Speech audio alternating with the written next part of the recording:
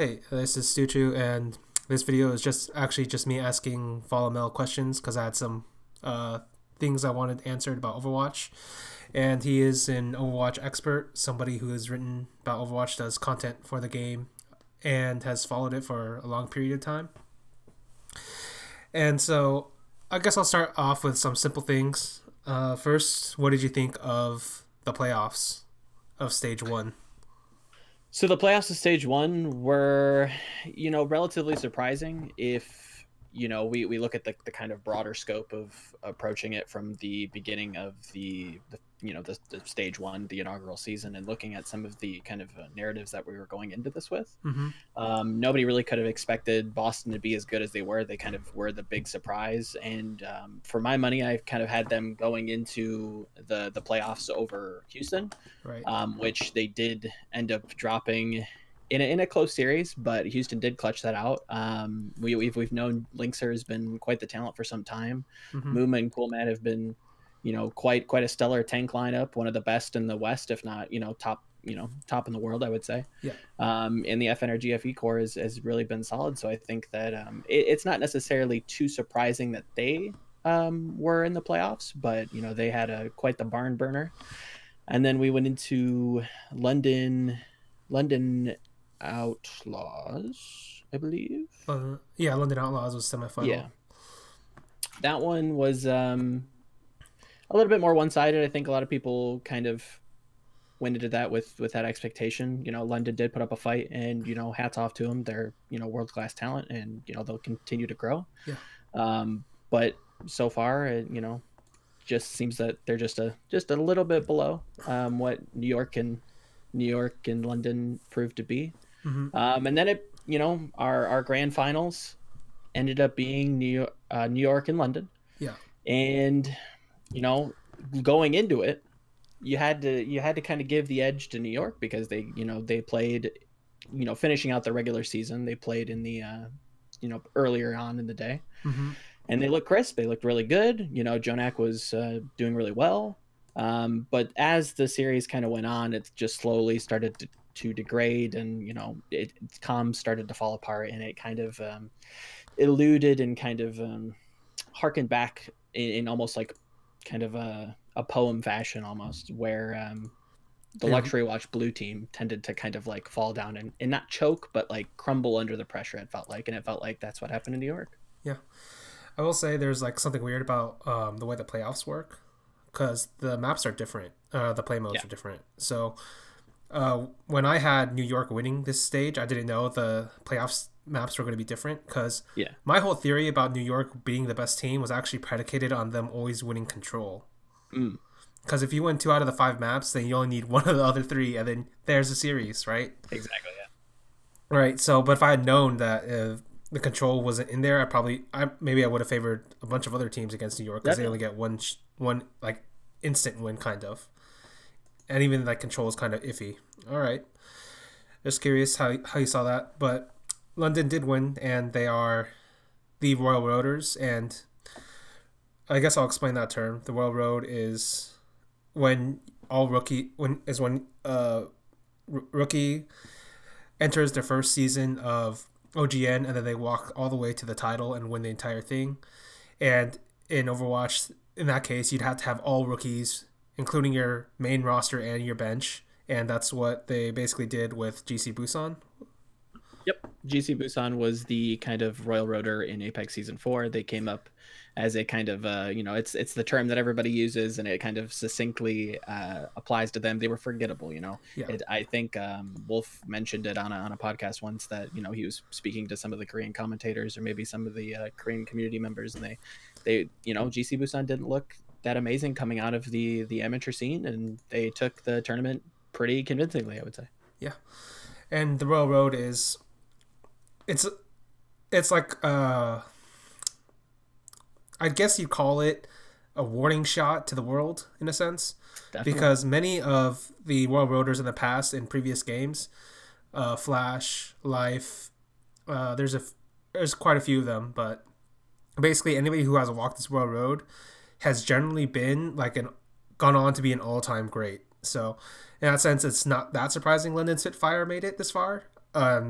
Though you have to point out that it's like a combination of that team and then the Kongdu Panthera team, which Definitely, is definitely. also like another amazing team, Yeah, right? like world class talent. I mean, Kongdu. I mean, their first season was a little rough, but I think they were struggling with their kind of identity. You know, signing really talented players, but the team cohesion there really never lined up. That was the Evermore and Rascal DPS lineup, if people remember back then. Mm-hmm. And it really never. I mean, they always were very good, but they could never kind of get over that hump. And Right. but they were still a really strong team. All right. And of course, Rascal is basically gone, as far as we know. Um, Allegedly. allegedly. All right. So let's actually get to my first theoretical question. So before Overwatch League started and we realized exactly how much money was going to be poured into it, there's like a question of what's better, to have a team full of flex players or to have a team full of specialists. And at this point, I think it's better to have a team full of specialists just because you can afford way more of them. So the power of the flex isn't actually as powerful as you would think because you could just flex into different players. But I just want to get your opinion on that because that's just how I'm looking at it now. No, definitely, and I think there is something to be said with players that do are a little bit more specialty in roles and maybe specific heroes. Mm-hmm. But the way that I kind of see Overwatch progressing in the future is that I think we're going to get more maps that are a little bit more daring, I would use the word to say, like Junkertown. And if we look at Junkertown, they're not necessarily something, or it's not a map that kind of lends itself to a very typical or standard team composition. And even if we look at, let's say, Horizon Colony Point A, there's another, kind of subset of a map that lends itself to something that isn't necessarily what we've seen kind of transist as a metagame throughout the history of Overwatch so far. So I think as Overwatch continues on, I think that, in my opinion, I think the more flexible players will be kind of your anchors for your team, and I think there are going to be a little bit more sought out after over the specialized players. I think earlier on, I think the specialized players are going to be very important because their kind of dominance and skill in a specific role will, and I don't mean for this to sound sharp or crass, but kind of carry them into the kind of middle of the history of Overwatch. But I still think that the flexibility will, be a career skill that a player could have and a player should have, I think. Yeah, and then there's also the case of a player being both incredibly good and flexible, like probably Fletta's the first guy that comes to my mind. Fleta, Libero. I feel like Libero isn't as good as he was, though. He's a weird one to me, and this was always something that I kind of butted heads with the community about. I always thought that he's kind of an allegory to someone in the Western scene, Mangachu. He's always like been this weird projectile player, plays very niche heroes, but he plays them really well. But the cool thing about Libero is that he does play those really niche heroes. He plays the very standard heroes to a high degree, but he also plays a separate role in Flex Tank. If we remember back when Meta Athena was trying to make their Royal Road run through Apex, coming out of Apex Challengers, he was their flex tank. One of their flex tanks, and he was a very aggressive diva player. Now that we have this new diva with a lower defense matrix, resource bar, and with a new micro missiles ability, and we're starting to see her being played, in that same role that I think Libero could fill. So I think that he's, in a sense, could come back to that role maybe at a later date, but it's hard to when you have a world-class talent like Mako on your team. But maybe for another team, who knows? But I mean, here's the thing about Libero, in my opinion. Like, every player on that Meta Athena team is kind of weird in a sense because they played such a unique style. That's the best way you can put it. But like, all right, I'll give you a metaphor you might not understand, but maybe somebody else will. Basically, Meta Athena was like the SOS of Overwatch in the sense they would literally do anything and everything, and there was a very sharp sense of game knowledge in there, but it was like weird shit. It was very weird shit, and that's my problem with Libero is like he has all these particular strengths, but there is no standard team within Overwatch League right now that could actually use those strengths. Yeah, I would kind of agree with that. Like, that's just how I see him, right? Like, go ahead.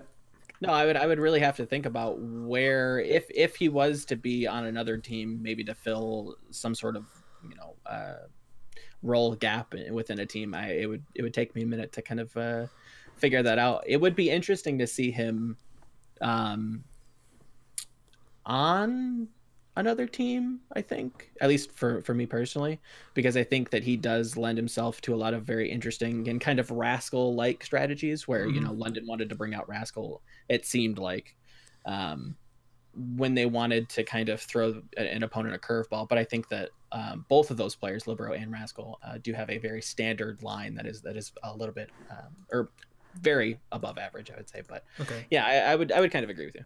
Yeah, because there's no team that, in my opinion, Yeah, fits him in general. definitely. All right. So instead of going into the pickups, I need to ask a different question: Is Sure. how is the meta going to change from stage one to stage two? So I've gotten to see a little bit, or we have gotten to see, beat being played in Europe, and pit in Europe. We have seen tournaments that have kind of showcased what EU wants to do with the meta and what NA wants to do with the meta, and it is a little bit different. Yeah. But the kind of majority consensus right now is that tanks are going to be a little bit more prominent, but it depends on exactly when and where people want to use them. Dive is still going to be really, really strong. I don't think you're gonna. It's gonna take a lot for dive to go away, just because I think the mobility of that team composition lends itself to basically every map in the game. Mm-hmm. It's good pretty much against any composition that you can throw at it.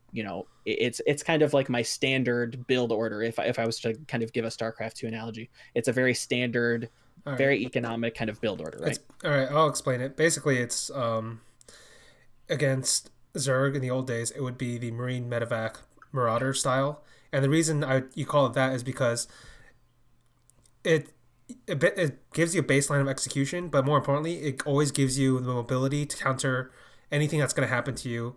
It gives you the mobility to actually punish anything that's going to happen to you if somebody fucks up on their side, and it will always give you more map information and pressure relative to any other composition in Overwatch.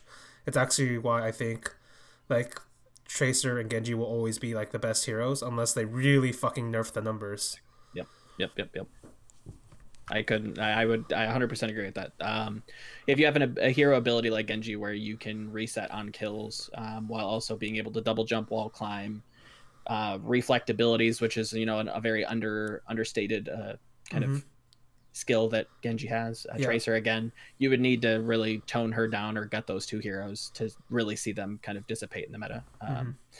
But that said, I think that having a more kind of I'll hark it back to StarCraft 2 because that's a game that I used to play myself. Yeah. A very kind of mech Terran strategy with the tanks where you're kind of cutting the map slowly in half, dividing it up, and playing this kind of war of attrition, and you're not going to let them pass a certain point. So we'll probably see maps that kind of favor, or points that favor Reinhardt come back into kind of Winston players swapping off of Winston and playing Reinhardt. Mm-hmm. Zarya probably is going to come back. We already have seen her come back, especially on maps like the sub map control center for Lijiang Tower. And there's a few others. I think Yeah. Sanctum's Basically, whenever you need a black hole, or I mean, Exactly. whatever it's called in Overwatch. Graviton Surge, but Yeah, basically black hole. Yeah. Yeah, right. So that's actually just that was actually one of my questions is if Overwatch was always going to be this mobile based game in a sense, because I feel like in the way the heroes work, the way the maps work, I feel like mobility would always trump everything else. Like in general, not like 100% of the time, but like yeah, 55%, like just enough so that it's always a bit better to have I it in your think back. once players and teams really get cohesion down, I think that number starts to tick down just a little bit. Where I think that mobility is going to be the preferred, and maybe, and again, don't mean to sound sharp or discredit anybody, Mm-hmm. but I think it's going to be a little bit like it's going to have an easier use of execution. Yeah. Whereas something like mech as the Terran used to use, is a little bit harder and it's a little bit more methodical. You don't have a lot of room for error Mm-hmm. but I think it's still possibly viable. It's just hard for me to kind of Like conceptualize it without seeing a team really kind of put themselves in that kind of if you do it though, like you have to have very specific types of players. yes, exactly. So that's its own like little question mark because that's like the Definitely. difference between that's actually a similarity, I guess. Some players actually have it in them to do that kind of style, and some players just don't. Yeah, somebody just want, like, a lot of players just want to just do what they need to do to win. What's the highest probability chance to winning versus, you know, the strategy that's very difficult and very rigid and very hard to execute, but maybe might be the better strategy, but it's almost near impossible. Well, not near impossible, but very difficult to use. Yeah, like my opinion is actually like if you do that kind of strategy, this is just theoretically in all competition. If you do this strategy that's harder to pull off, you get more credit. But if Mm-hmm. you actually get into like a finals or semifinals, that's when like the nerves actually like triple because it's much harder to do that shit in those scenarios because there's like a lot more problems to break apart. But conversely, if like you do like a super all in kind of style, that's also like very nerve wracking in and of itself because you're basically like throwing away your standard game for this one like super cheesy move in a sense, Definitely. Yeah. right? And that's kind of like, but the only team I can really think of that was like that was Meta Athena. Yeah, I would say that they were probably the They were like as close as you would call a cheese team. yeah, I did want to use that word, but yeah, No, you could I don't call them I kind don't of a mind. It's cheesy actually team. not.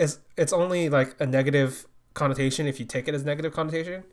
I guess Because that's fair, yeah. in my opinion, like all cheese players in a sense, like well, not all of them, but a decent amount of them kind of understand that they're kind of shit in the normal circumstances. So they're actually Right. playing to their win condition, which is something you can Yeah, respect, definitely. I definitely. right? So that's definitely what you have to. That's sometimes it's just what you got to do to win, and it's not like the game gives a fuck how you win, just that you win. Yeah, it's a W. Yeah. W is a W, no matter how you look at it. All right. So with the meta, since we talked about the meta, I have another question. Do you think Blizzard is always going to shift the meta after each stage, or like because I haven't followed Overwatch enough to notice if there's like a pattern to the way they are balancing things or not? Um, I haven't really picked up on any necessarily patterns. It well, okay, so early on in the Apex days, we did see kind of patches hit during tournaments, but Mm-hmm. now that the Overwatch League is in full effect and is kind of a full steam ahead, um, I don't see them making any changes to the game, and I think they've publicly said this During a stage. during a stage, right? Okay. So I don't necessarily see them making changes after every stage, but if they do want to make a change, I believe and I'm pretty confident in this that they're going to make that change after a stage is done. I don't think that they will every time after every stage make a change, but if they want to, that's when they're going to, I think. Okay. Because all right, here's a strange StarCraft 2 example. Sure. Basically, from a period of 2011 to the beginning of 2013, there was this very famous strategy called Brutal or Infestor, and Right, the patch there. yeah, Yeah. the patch zerg. And basically, what made this strategy so strong is obviously the fact that there was actually a few reasons. In game, there was only one answer the zerg needed to do, that was to make the Infestor. Like it doesn't matter what scenario you put them in, making the Infestor is actually the correct call every Yep. single time. But the underrated second reason why Brutal Infestor was so strong was because David Kim had this idea that it was balanced. And the reason he believed it was balanced was because he was using this like weird faulty logic a bunch of times. Like the first one was, oh, if you look at the ladder, it's still 50-50 win rates. But first off, the ladder doesn't work on competitive play. And second of all, the ladder makes it so that you're supposed to be getting 50-50 win rates for a majority of players anyway. So that was kind of weird. The second one was he believed all players could be Tasia or MVP, and they are like transcendent like Terran players in StarCraft 2 history. So Mhm. that didn't work out for him either. And then basically what happens is the furore becomes so strong against Brutal Infestor by the end that literally for the rest of StarCraft 2 history patching, it is actually reactionary to the outrage that is happening at the time. And I'm not sure why nobody else has noticed this, or maybe nobody else just wants to talk about this, but basically, the more angry community gets at a particular balance or design or imbalance, the more likely it is to change. Is that also the case in Overwatch? Hmm. Like, do they Uh, ever hold the line and be like, no, this is actually good. Fuck you guys. um, I don't think so. So one of the big ones that off the top of my head that I can think of was the Sombra health pack alt charge kind Mm-hmm. of Yeah. when she was introduced. You get when you hack a health pack, you get alt charge from it, and there was a period in time during I think about Apex season 2, late Apex season 2, I want to say, Yeah. um, where that's relying on this very kind of passive Sombra style Mm-hmm. was like the meta game for a good chunk of time, and everybody was doing it, and it was kind of a very odd meta where the spectators really couldn't. I would assume that the spectators couldn't really tell what was going on because it was very nuanced knowledge that you'd have to know of the game to kind of know what to look for. Yeah. And that meets a very very strong kind of CC ultimate or a pseudo kind of crowd control ultimate Mm-hmm. in her EMP ability where she basically silences everybody. Yeah. For any of the Dota or League of Legends players out there, or maybe even the WoW players out there that might kind of pick up on that kind of lingo. Mm-hmm. But she silences everybody, she negates shields, and the ultimate build basically within 45 seconds. You could have an ultimate in 45 seconds, and it was very very strong. Now, I believe, if I'm to recall some news that just actually kind of happened shortly or not too long ago, during in the PTR, they are testing her a change with Sombra to negate or remove the ultimate charge that you get from health packs. So it's been quite a while. Maybe they've picked up on the kind of unhealthy nature of it, but off the top of my head, it hasn't been too outrage, like the balance team hasn't been too outrage driven, if that makes sense. Like they Okay. just because something might be outrageous to the community, it doesn't seem like it's necessarily impacting, at least in my eyes, what the balance team is doing right now. Okay. So I just need to make a post about how it's ruining my child's life in order to get something changed, right? Yes, if Zarya is not aligning with your personal views, by all means, This gut her. pose is all wrong. I need it out of the fucking game, right? Okay. Sure. Just making sure. Just need to know which is the most effective way to get things done if Fair enough. something were to happen. All right. So what do you think about the previous meta, the one with the Mercy? Because I've actually heard some very different opinions about it. Like Sideshow says he actually kind of likes it, and then a bunch of other guys like, no, this is complete trash. What do you think? In my opinion, I wasn't a big fan, because yes, I do like to analyze the game. Yes, I do like to conceptualize a lot of things, but at my heart of hearts, I'm a spectator, right? I like to Mm-hmm. watch the game, and there's nothing more depressing than watching Taimu, Flower, Fleta, whoever just dome someone, hit him with the cleanest shot ever, and then just have it get rezzed. I think there was a map in Overwatch League. I think it was Houston. I want to say it was Houston versus Dallas, where Jake, their Genji player at the time, he dives in, dies, gets rezzed, dies again, gets rezzed again, and then actually kills someone. And to me, that's just not very fun to watch. That's just really Mm-hmm. kind of depressing. Right. Where you get to basically the counterplay is to, okay, yeah, you hit this maybe this 10% shot. Now I need you to hit the 10% shot again. Yeah. And to me, that's just not. It's just not for me. Yeah. So okay. Just I was just curious. All right. Yeah, So yeah, for sure. now that we've got the meta stage set up, I'm gonna still think that the ultimate goal isn't actually winning the stage. Like that's a nice milestone in a Mm-hmm. sense. But the fact is that there are 4 stages, and you actually want to get to the playoffs and win the playoffs. And there's only 6 teams that are going to get to the playoffs, as far as I know. Maybe I misread that, but No, I'm pretty sure. and I'm still pretty certain that the top 3 teams, not exactly in that order, but they will be in there, are the 3 Korean teams: London, I would say New so. York, and Dynasty. Right? Yep. Right. But of course, like London and New York are fine. Dynasty is kind of falling off right now. But Yeah. I think with the changes, Ryu Jae Hong is going to come back and prove to the world that he is the one. As long as Mercy is out of the game, he will be the one. So the weird thing about Mercy is that I don't think so when we talk about how Mercy's dead, right?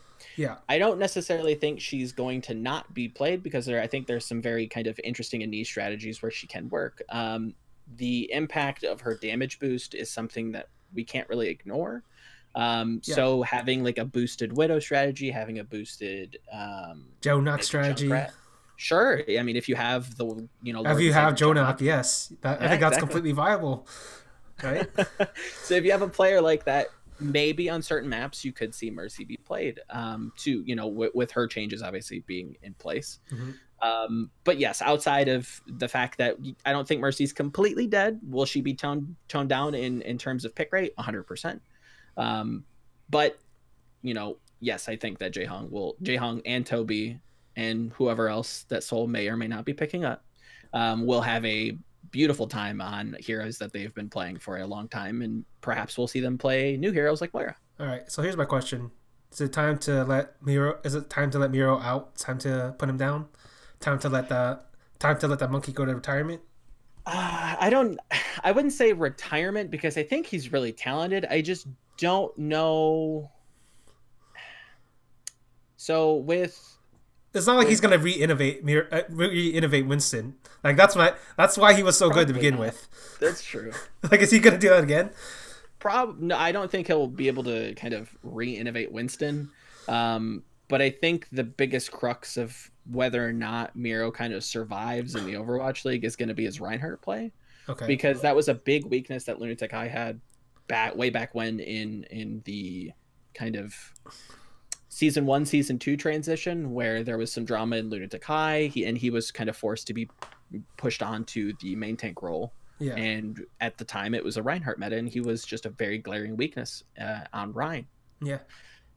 Hopefully that's changed or remedied, or they have someone else coming in to kind of fill that role, or they trust him and they think that his Rein is world class. All right. First, it's weird. All right. Actually, I don't know that much about the owner of Soul Dynasty, but I will say Lunatic High as an org, like, they really love their dead players in a sense. Like, they're like, oh, please stay as long as you can, Lee Tae-jung, please. And now they're gonna do it with Miro, and I actually think they need to put that guy out and bring in maybe resurrect a player. Maybe if you actually think Reinhardt's coming back in, what about the Kaiser guy? I remember he was pretty good way back. If we're talking about a million years ago. I mean, but I think, but here's the thing. I actually think there's like a bunch of really modern players that could just take it over, and I think they're better choices to begin with. Definitely. While I think Kaiser is a great Reinhardt player, yeah. I think that Soul is a very. Let me see if I can find a metaphor while I kind of ramble. They're a very kind of they're ecosystem-driven team. Like, they're a very Swedish like. team. Yes, sure, you could say that. Sure. Where they're kind of, they need things to kind of work within the team's atmosphere. Just my personal read on the situation, where they favor personal relationships, how players work with each other. They're looking for that teamwork outside of just necessarily who is the best player at this role. Insert them into the team, and hopefully this just works plug and play. Okay, all right. But it could happen. Who knows? I'm trying to think of any, because I actually think that's what's been holding them back. Yeah, definitely. For however many seasons you want to look back on. He's a very limiting factor, I would say, to that team. I think they're starting to kind of reel him back in, but I think that's more been forced on them from the metagame and not necessarily from. Well, maybe it is the hierarchical structure within the team, but it seems like he's just being punished more and more, and nobody wants to be dead, so he has to kind of tone it back, and he's been toning it back slightly, but it's still a pretty big weakness on that team. All right, so I'm gonna ask a question about New York Excel, because this is actually a very interesting team, just theoretically speaking. Because when I talked to Albion like a million years ago in some like Dota 2 podcast, I basically asked him the question at the time, and it was, is Overwatch a team-based game or is it an individual-based game? Like, where does this game fall between like those two areas? And he told me it's probably going to be a team-based game, like how the team synergizes, how the composition synergizes, how they make space for each other, how they play off the ults right? And Mm-hmm. then here comes New York Excel with all these individual players all headshotting everybody in the game. And now they are basically the best team, or at least second best team, depends on how you rate London, right? Yeah, So basically, the most individualistic team in the league is arguably the best team in the league. What do you think about the concept of maybe Overwatch might just have more individual base than a team base? I think that we are kind of early enough on within Overwatch's kind of life cycle Mm-hmm. that I think that a very individually skilled team like New York can thrive and perhaps will be dominant for a decent amount of time until a truly kind of great team arises, whoever that might be. It's kind of hard to read Right right away. now. Just possibly, If maybe they ever get out of Korea, yes. they could do it. They could do it. But yeah, I think it's based on the kind of where we are at in the life cycle. But I would tend to agree with Albion. I think that is inherent in nature, just a team based game. If you have sick aimers and you can click heads like nobody's business, then yeah, that's gonna help you more times than it's gonna hurt you. But yeah, I think that as we progress in Overwatch, I think that the team play will trump the individual play.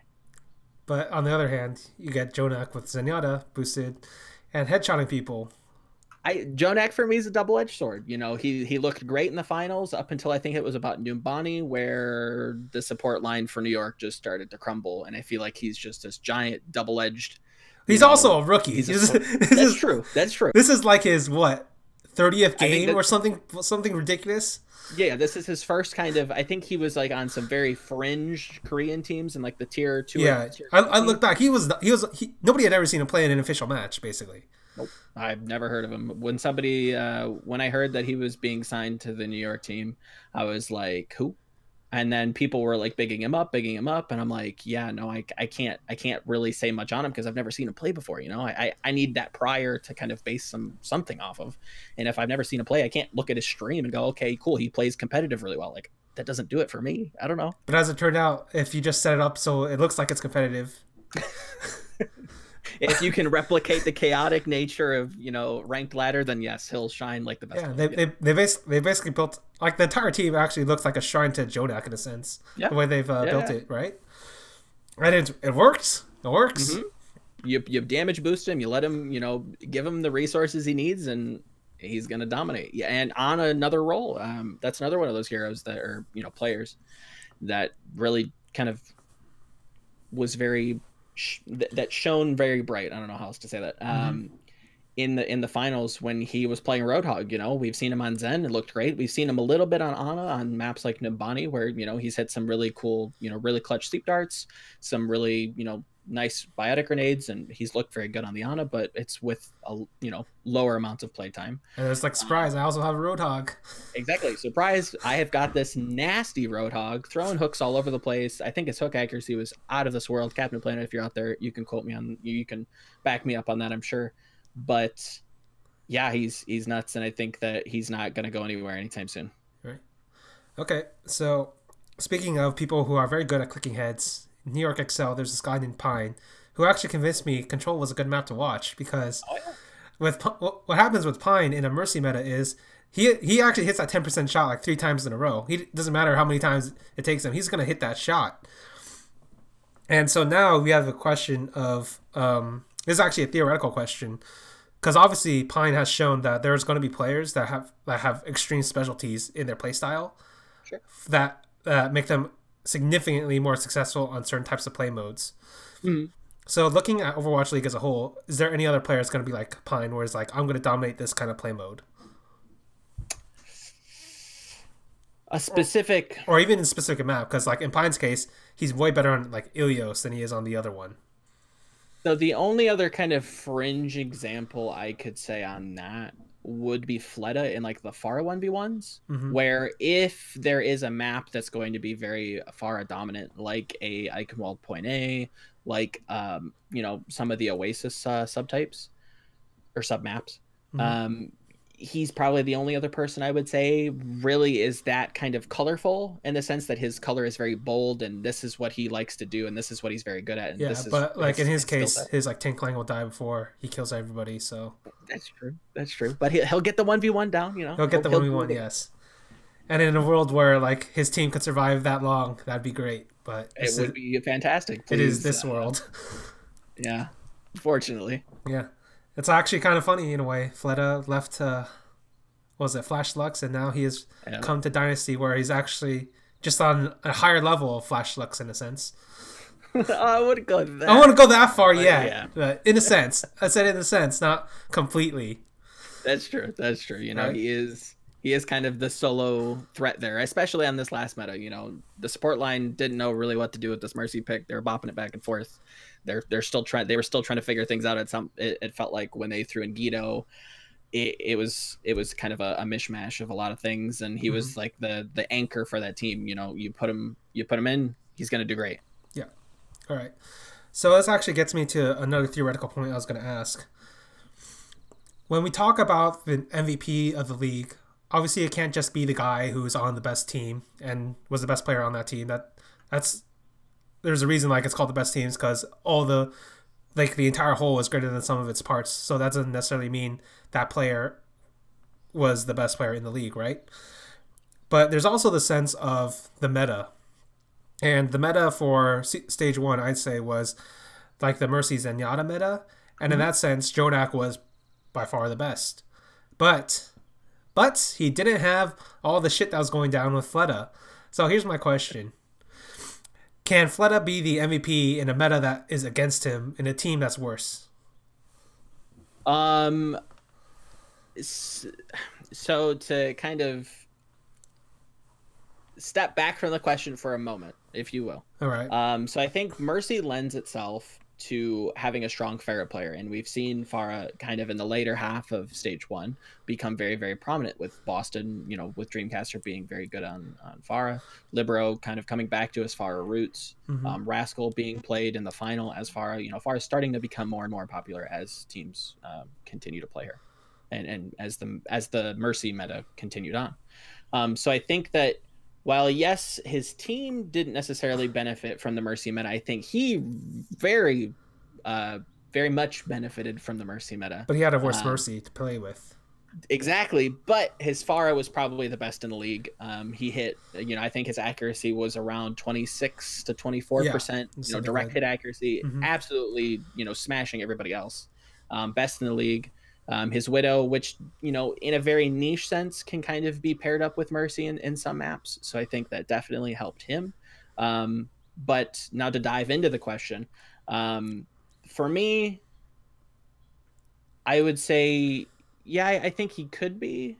You know, I think you're right. Yeah, it didn't lend itself to his team. The meta definitely did not help Soul in the slightest. Yeah. But I think that kind of amplifies his performance, for me at least. Yeah. And he continued to look really good. And what is this kid going to look like in a meta that favors his team? And, you know, that's going to push him even farther. So for me, yeah, I would say that Flood is probably my MVP and could be potentially next season. But, you know, to all the Jonak praisers out there, yeah. I think that he's a very contentious point, right? I would say very close to Fleta in my eyes, where you could easily say Jonak was MVP of the stage. All right. So we're going all the way back, because I set up this entire question with, like, there's going to be 6 teams in the playoffs, right? Sure. I've already named the 3 that we both think are going to be in there, but after that, it actually gets kind of fuzzy, because first off, we're going to be switching metas. Secondly, there's going to be a bunch of roster changes, because Mayhem has realized, wait, I can't possibly run a 6-man team. And China has realized, wait, I need Koreans. And then what about the Chinese? Like, no, fuck the Chinese. I need the Koreans. And so we have come into a situation where a bunch of the teams are now making trades and now signing off. So among all these different teams, pick 3 you think will do well in the next stage, and then 3 you think overall has like all the tools necessary to make it into the playoffs. So we'll go with the first one. So I definitely think Valiant's going to continue to be very, very strong. I think that Houston, barring any, you know, This is kind of excluding any roster changes. Don't Yeah, pay. Me covering my you eyes, can't not predict the paying roster changes. exactly. It's So based like I'd on pick what Fusion if I found out like they kick everybody and got bought out Runaway, right? I'd do that, but sure, sure. But kind of working with what we know, I would say Valiant, I would say Houston, and I would say, and then the last one's that's a toss up for me. right. Like It could as you be get into the middle, it gets Boston. harder. Yeah, the farther you go. But I don't want to, back out and leave you hanging without an answer. So I will go out on a limb and say I'm gonna say Boston. I'll Boston. say Valiant, Houston, Boston. Yeah, as my bottom half of the three. Okay. What is it about those three that you think puts them above the rest of the pack? So I think when it comes to Valiant, they suffer in the same sense how Soul kind of suffered, where they didn't really have a Mercy player. We've Mm-hmm. seen Uncle play the Mercy, we've seen Karif play the Mercy, we've seen Verbo, I believe, play a little bit of the Mercy, and they've never really been Mercy players. They don't want to play Mercy. Let's face it. They want to click heads. They want to play their heroes that they're amazing at. Yeah. Unko has one of the best Anas, contentious with Chips, Mm-hmm. contentious with Jaehong, easily top three. Those And soon Jonak will come into the picture. yeah, definitely, definitely. So I think that's going to the meta will lend itself to Valiant in that sense, where their support line is going to feel much more comfortable and kind of shake off the Mercy off their back. When it comes to Houston, I think it's similar, but a little less so because they did have a pretty strong Mercy player. But again, I think it's this theme of the support players kind of shrugging off the Mercy. They get to play what they've been playing for the last year and a half, that they have much more experience on, and they can have an impact within the game. So I think that they're going to not only be a little bit more responsive when it comes to just playing the game, because they're going to enjoy playing the game again. Yeah. Not to say that they didn't enjoy playing Mercy, but you can only take so much. Right. But yeah, I think for those three teams, Boston, Houston, and the LA Valiant, I think that it's going to be like this theme of the supports kind of coming back and showing that they are world class support lines. Okay. All right. So this is actually going to be a very strange question because Okay. it's going to be partly about Shanghai, but basically Shanghai has decided that China is not actually the best country. It's not number one. It's actually Korea that's number one in the world. And so Okay. first, I'll give you a decent question, which is should Shanghai have actually stuck with the all Chinese roster? Should Shanghai have gotten Chinese players? Definitely. So the strange thing that we've seen is there's a rumor that the miraculous youngster player Late Young is kind of coming out of retirement and is interested in playing Overwatch again. That is the wherever most he Dota goes. 2 thing I've ever heard in my life. It is very strange. Yes, I can't imagine why he would want to do that. But seeing that this is a possibility for some of these players, I think it is a little bit remiss that not to say that Shanghai didn't approach these players, but it is sad that we don't get to see that parallel universe where they do pick up the MY core and really show what China has in terms of the strength of their ecosystem, because I think that they have some serious talent out there. But the problem is that they never were put into a situation or an environment that really kind of lent itself to kind of growing as a team and playing against some of the best teams in the world. Yeah, they could play on Korean servers. I think that I wouldn't know, but to me, I would start to question ping and It's like and 100 things of that ping nature. when I play, but this is like based off of StarCraft 2. I don't know how it was in Overwatch. I would assume it'd be Similar-ish. remotely similar. Yeah, which I don't think it's And it's not the even like best. the ping was even that like. It's really it's like super fucked up in an FPS game. I'll put it that way. Like it's super fucked up. Like 100 ping in StarCraft 2, it's like doable, but in an FPS game, it's like really fucked up. Just even like a 40 ping is really fucked up. Yeah, I would yeah. Well, I agree. Yeah, like the precision and accuracy needed is much higher. Like Yeah. basically, I'll put it this way: there was actually a player. His name was Hyun in StarCraft 2, Mhm. and he won like 30 online tournaments. But here's the kicker: he was playing from Korea to EU, so he was winning on off of 300 or 400 ping. There's no way any play. I'll go ahead and say it. Doesn't matter how godlike the player is in Overwatch or how godlike the team is. They're never going to be able to do that. That's literally impossible. Yeah, there's I think there's have been instances. I think Runaway. I think I want to say, and don't kill me if I'm wrong. I think a Kongdu team ended up playing in like these NA monthly cups, or Right. tried to come over and play in the NA monthly cups, and they fell to tier 4 teams and like a Brazilian team. Not to say that Brazilians are bad at Overwatch by any means, but losing against teams that they probably shouldn't have. And Mm-hmm. yeah, I don't think that you want to play Genji or Tracer or Diva or Zarya on Or almost upwards anything of except 100. Lucio.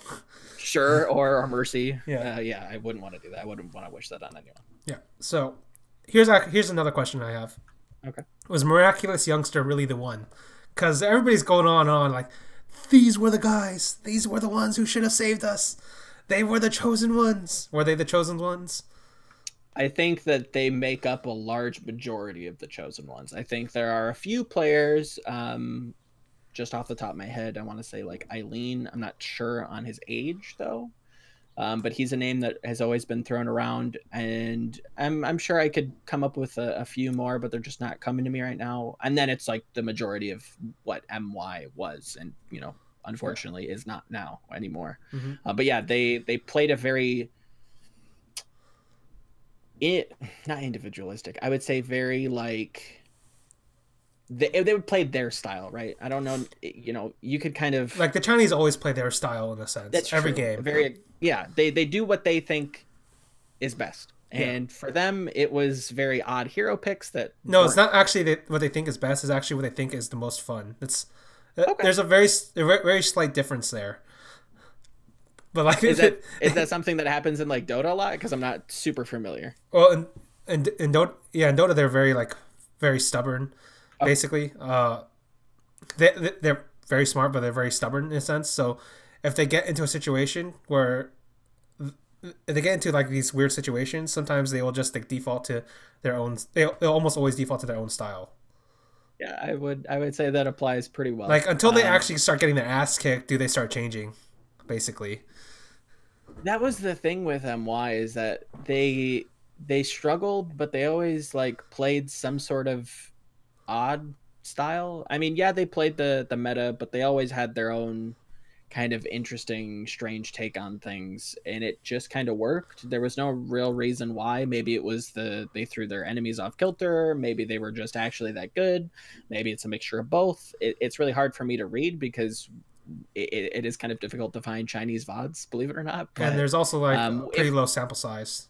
Definitely, yeah. They haven't played. Overwatch isn't a huge game, and it hasn't been out for very long. So it's the history is basically kind of beginning. As much as that is a meme, it is still really new. Yeah, like nothing ever existed for Overwatch League, I'm told. That breaks my heart, man.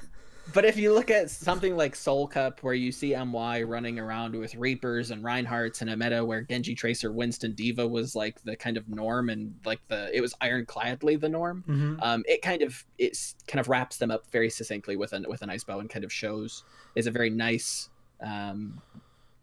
allegory of what they could have been or what they were, at least for me. All right. So here's my own theory about Chinese teams in esports, right?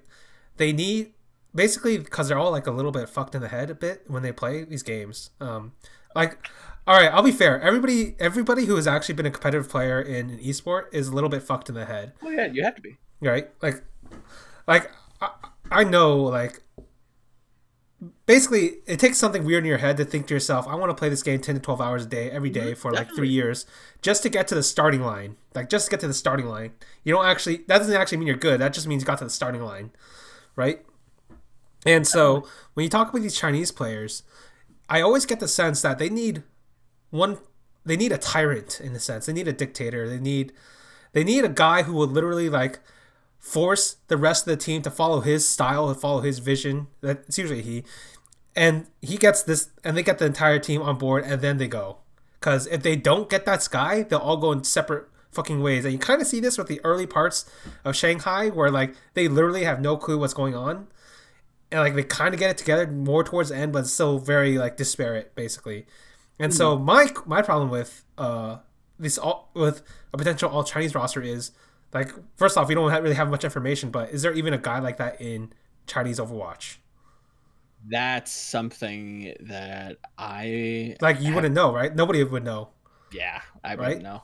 Yeah, that's my problem, and that's actually maybe Shanghai's problem because they all went Korea. So Yeah, it's you know I do partake in a little bit of League of Legends from time to time, and I know the Great Korean Exodus. Samsung White, Samsung Blue. They all went to China. yeah, Um, and it worked out to a degree for hmm them, and their Chinese when they did play in Chinese teams, but I think you hit a kind of there is a limiting factor there, and I don't want to downplay a language barrier, but I don't want to overplay it and say that this necessarily can't work and it's not going to work, and doom Shanghai to another winless stage. well, they're gonna already But I have like half of the stage gone because apparently it's true. all their transfers are coming in middle of the stage. So Yeah, it's so it's not actually a bad call to say they're gonna go winless again because it's actually gonna take at least like half the stage to get it together, maybe. I mean, they did kind of Yeah. have some sort of saving grace towards the end, so I don't know. I don't All right, think maybe they'll go maybe they'll winless. get to play Mayhem somewhere towards the end. Yeah, they'll maybe get like one or two, All right, maybe. maybe okay, because it's gonna be real. It's gonna be real tough Oh without yeah. any of their transferees. All right. So somebody actually told me this. Basically, they said they don't believe the communication will be that much of an issue if you're talking about a dive comp. What do you think about that? So, while I do think that dive may be a little bit easier to use than a very kind of slow and methodical tank composition, just in terms of just ease of use and picking up and playing it. Yeah, I basically think everybody that just dive. go all in now. Like, Yeah, exactly. And the very most fundamental level, it's very straightforward. Just go in, focus a target. If you have good focusing, if your team is all coordinating with a caller, or you're listening to some voice within the team, you should do fairly well. With a kind of slow, methodical tank composition, that takes a lot of moving parts that I think that we haven't seen a team really adapt to and kind of push forward as any form of metagame contender. But uh, still it's not buying into the no comms thing or the fucked up comms thing. I think that Are I they gonna think you use the could get emote chat away wheel to with explain to it. each other the entire time? No, You no, no. think? They're not going to communicate with pings. Um, Listen, pings are I actually underrated. I'll go ahead and say that. If you okay. could, because here's the thing about communications in team games, Hmm. the actual best communication is the one where you don't actually need to talk. That's fair. Yeah. Because if you have such natural chemistry where you don't need to talk, you're actually like zero. You're at, like compared to their like ping of like I'm not sure half a second, you're at Yeah. zero Right. basically Yeah. in that That's true. situation. But obviously, there's the point that it's very unlikely you're going to get that across cross cultures basically because played in different types of environments your entire lives. Mhm. So I'm going to go ahead and say it's very unlikely that's the case. So, but and in the case of the Chinese Korea, Chinese and Korean, even though they are locally next to each other on like the global scale, they actually speak Mhm. completely different languages. So Different cultures. They're very different people. I would say, yeah, and or then I would even assume. within China, like it's hard to understand other Chinese people with their different accents. So go ahead and put that out there. It's going to be very complicated. So yeah, you think the comms are just going to be too much? Like I don't. I wouldn't say that. I think the comms are going to, like. So I'll say this. I think that it's going to limit them, but I don't think it's going to necessarily be their downfall, because I think that they're definitely getting a lot of good talent. yeah, I mean they can't have a Um, downfall if they're already that low. Exactly, right? Like you can only kind of build yourself up in that sense. Like there's no Uh, way lower they can go at this point. no, really, actually, you can't go lower than like a win. I guess if you do a winless season and you legitimately never win a game in the season, I guess that's Like possible. somebody will have tripped Um, over and like injured themselves like Linkster or something, and yeah, maybe you'll you like get Uzi jumps off the was it Uzi that jumped off the stage and broke his leg? yeah I don't some even some, remember. some bullshit like Something that, like right? that. Like Yeah, maybe somebody will get injured, you'll get win that way, possibly. right? Okay. All right. So we've talked about China. You talked about all Chinese roster. Is there actually a better replacements though than the three Koreans they're getting? So we have Geguri, Fearless, And and Ado. yeah, so Ado's been somebody who I've been kind of been high on for a while now. We've seen him play a little bit in believe MVP, and I think he subbed for Metathena in like an online cup. yeah, He looked very promising. I want to see more of him. His Genji looks very strong. He put up some very nice statistics over on Winston's lab when we were tracking him, or when they were tracking him. I'm not a numbers guy. I yeah, don't record any of that stuff, so that's hmm, all them. I just kind of look at it. yeah. Um, but he looked really good. Geguri, there's a lot of hype behind her. She looked promising on Rox Orcas. We know her for her Zarya. Her diva seems to be improved from what I've been hearing in terms of speculation with some of the community members. But outside of that, I think my opinion on her is going to be a little bit more. I don't Reserved. want to say, yeah, I would say I'm a little bit gun shy because I haven't seen a lot of her, and what I have seen has been like, she's all right, I it'll mean, all work. right is actually a good upgrade for Shanghai. Yeah. Okay. So Because we're talking about Shanghai here, not talking about like a regular team. that's true. I don't want to demonize them, but I'll go ahead and demonize them. My God, they're fucking trash. Like I don't know if you ever read this, but I actually made an article where it's called the trash tier list, where basically I had to explain the different tiers of trash, and they okay. were like galactic trash, like the shit that like circles the Earth, like that'll never go away in a sense. Like that's how bad they were. That's how hard it was going to be to clean up this team. Yeah, they had their moments of galactic trashism, and funnily enough, it did come from the flex tank role. But it was only one time. I tend to give people the benefit of the doubt more than I should, but MG looked really shaky, especially on his Zarya, and I think Geguri, known for her Zarya, can kind of come in and fill that role for them quite nicely. I think, Okay, hopefully. all right, but you still haven't answered the question. You think are there going to be Chinese guys that are out there right now that are better? I'm not talking about like America's youngster guys who are like too young, That's a toughie. because nobody really knows much about the Chinese scene. It's like really hard Yeah, to get into, right? it's not only hard to get into, but it's they're aired on like weird times of the day. The teams are kind of They're they, fucked they up. change a little bit more often. A little, yeah, sure, we Yeah, could say that. their IDs are So all a bunch of numbers sometimes, numbers, and you're just trying symbols. to struggle to like, who is this? I don't know what that reads as. I Yeah, don't. So I would say it's possible, but nobody that I've seen. So I think that these, the Korean players that they are bringing in, and the one Chinese player they they did. should belong here. Yeah, Zufan Jun, I think is definitely, and I'm sure I'm butchering that pronunciation.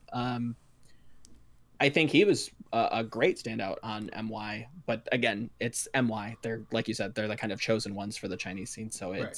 it's expected that he would be good. Okay. All right. So here's the final question: Is Shanghai going to bottom out at stage 4? Like, is there going to be a team that's actually worse than them? That's my question. Because Mayhem's getting Seiya player and somebody else like who's awesome. What is awesome?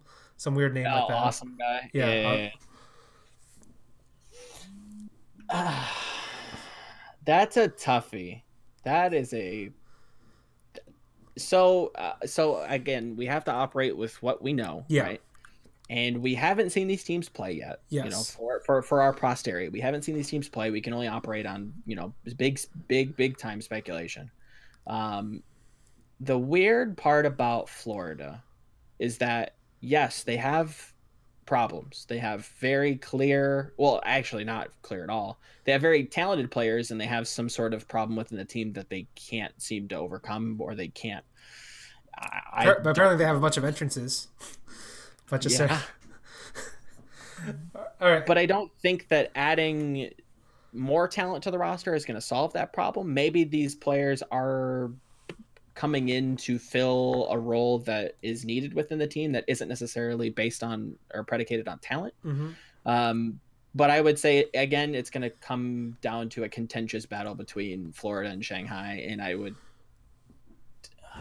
Okay. I'll say Shanghai places above Florida. I think that by the end of it, I think that Shanghai places above Florida. Okay, because basically what I've been hearing from other people is Zappis is going to be that X factor, not as a player, but as like a leader, right? Yeah, yeah.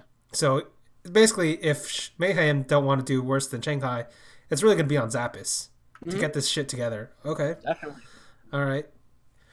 And did you actually?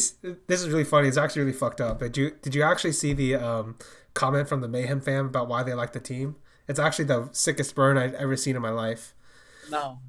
Basically, it was like on the Overwatch subreddit. So the line goes something like this: "Man, I'm a huge fan of this Florida Mayhem team because you can tell that they're not trying at all. They're not really competitive. They're just here to enjoy the time." I'm like, "Oh Jesus Christ! Oh my God!"